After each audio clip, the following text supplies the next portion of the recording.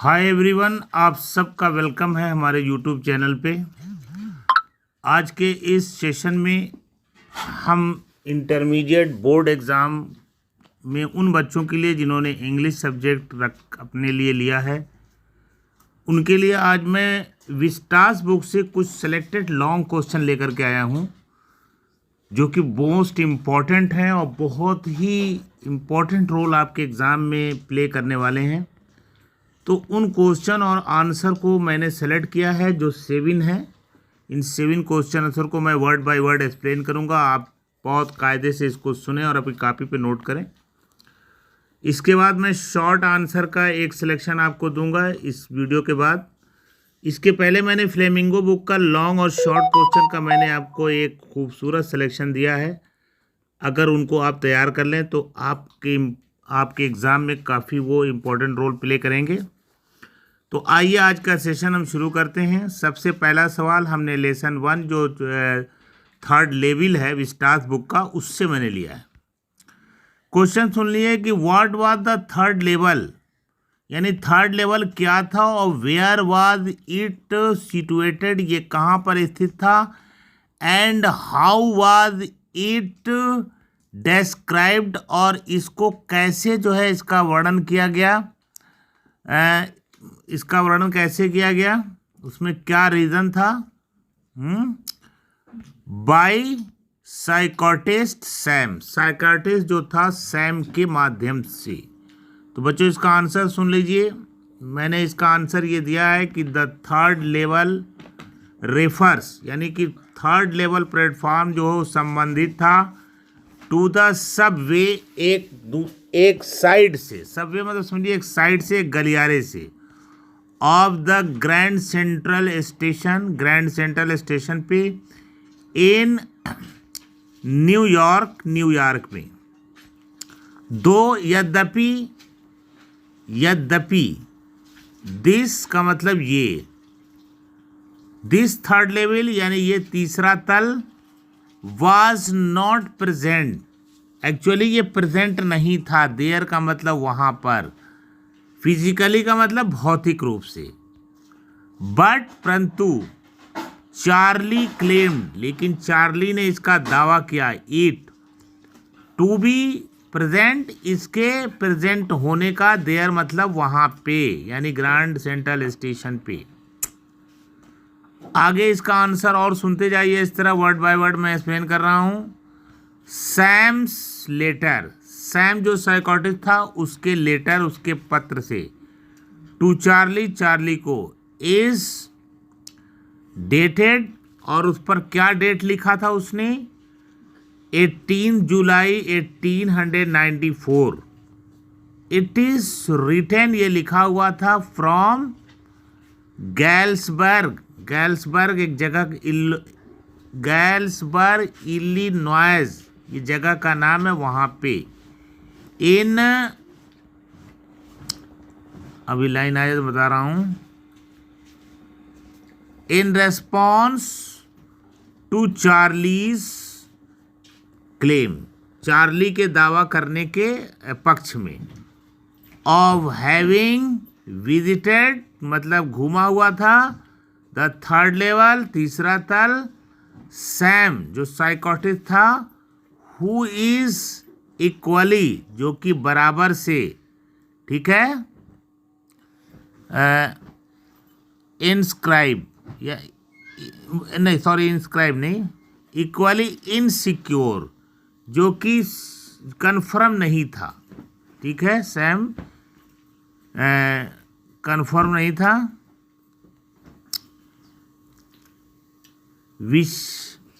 विशेष मतलब उसकी जो इच्छाएं थी।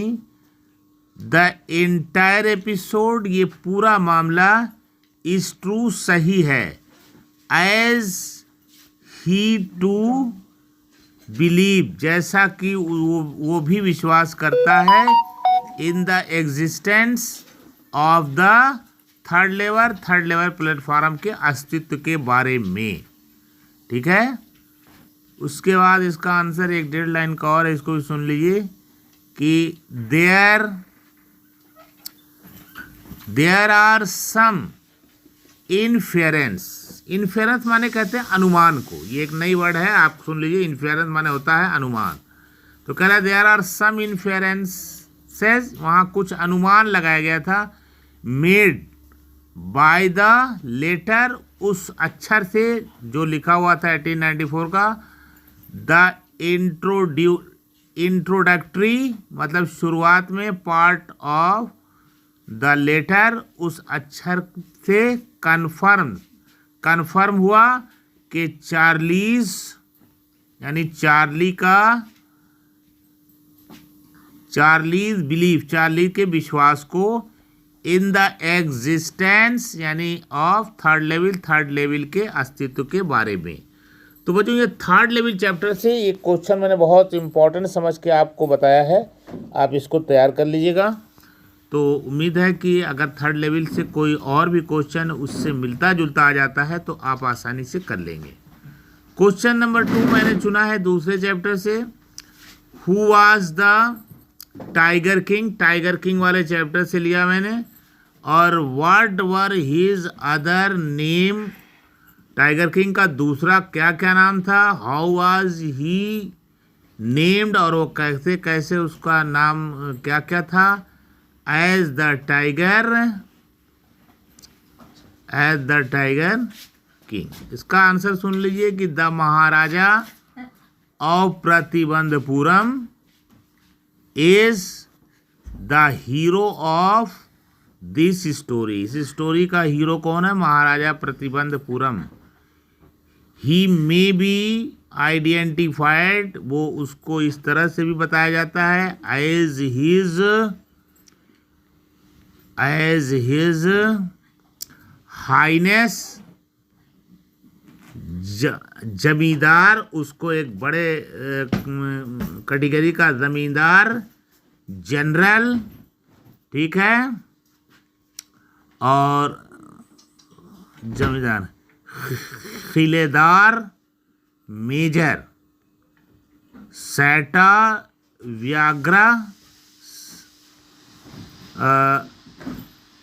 समहारी, महाराज धीराज, इसके बहुत से नाम हैं, महाराज Dhiraj,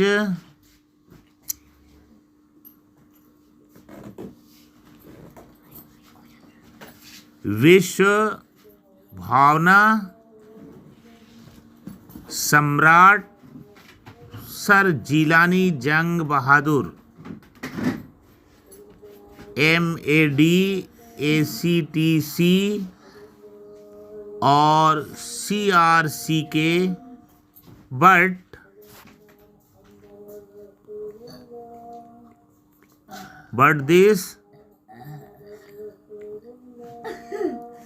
this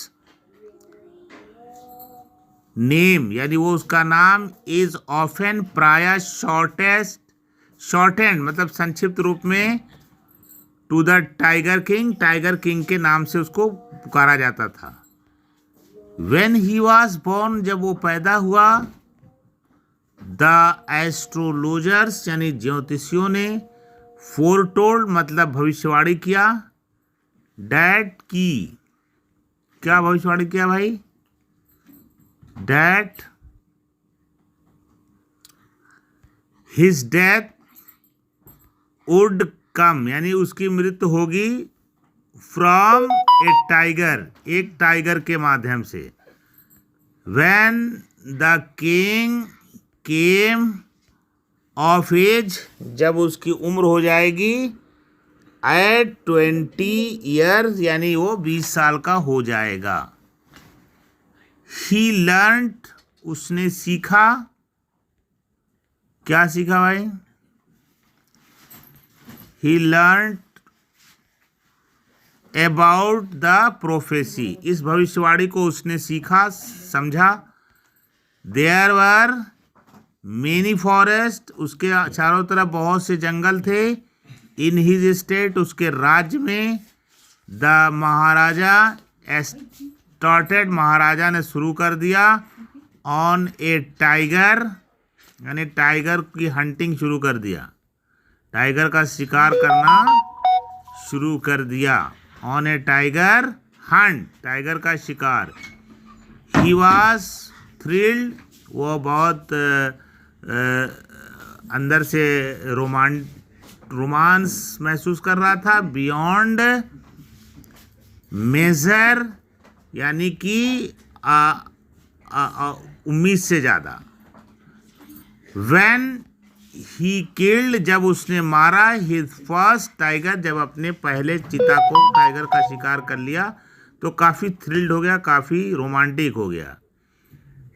he showed it, उसने दिखाया। To the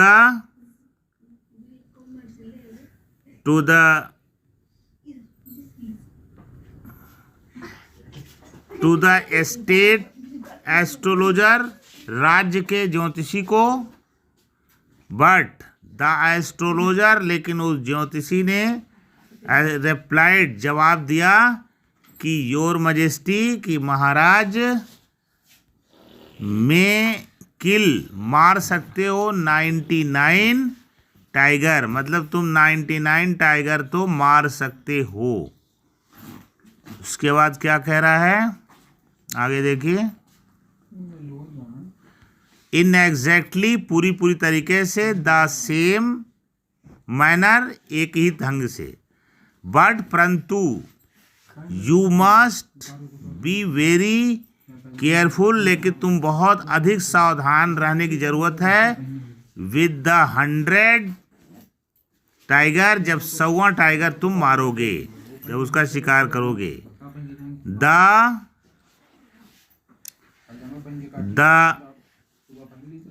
the Maharaja decided, महाराजा ने निर्णय लिया। टू किल, मारने का। 100 टाइगर, 100 टाइगरों को। First, before doing any thing, यानी कोई काम करने से पहले, सबसे पहले काम ये यही करेंगे, ने सोच लिया। एल्स, टाइगर हंटिंग, यानी टाइगर का जो शिकार था, टाइगर हंटिंग वाज बैंड, उस पर उसने प्रतिबंध लगा दिया कि अब कोई आदमी राज में टाइगरों को नहीं मारेगा, सिर्फ राजा ही मारेगा। बाय एनीवन, कोई भी नहीं मार सकता। एक्सेप्ट द महाराजा, केवल महाराजा के अलावा।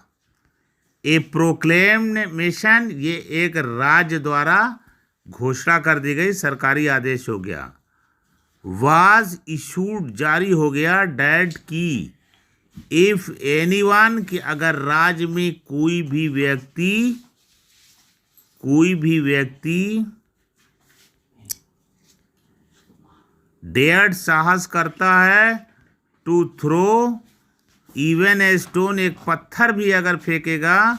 एट ए टाइगर, तो क्या होगा। ऑल हिज वेल्थ, उसकी सारी संपत्ति and property would be confiscated, यानी जब्त कर ली जाएगी। कॉन्फिस्केटेड माने होता है जब्त करना। और आगे उसमें ये भी है कि महाराजा सामना करेगा। मेनी डेंजर, तमाम कठिनाइयों का, खतरों का। आल्सो वाइल हंटिंग, जब वो शिकार करेगा। But he braved all the dangers, लेकिन उसने सारे खतरों को बहादुरी से फेस किया। As a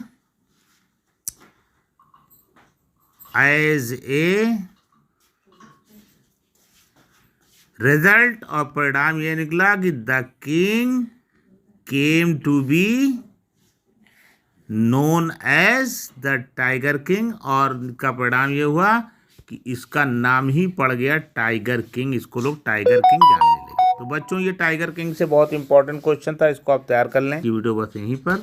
thank you so much for watching my video. All right.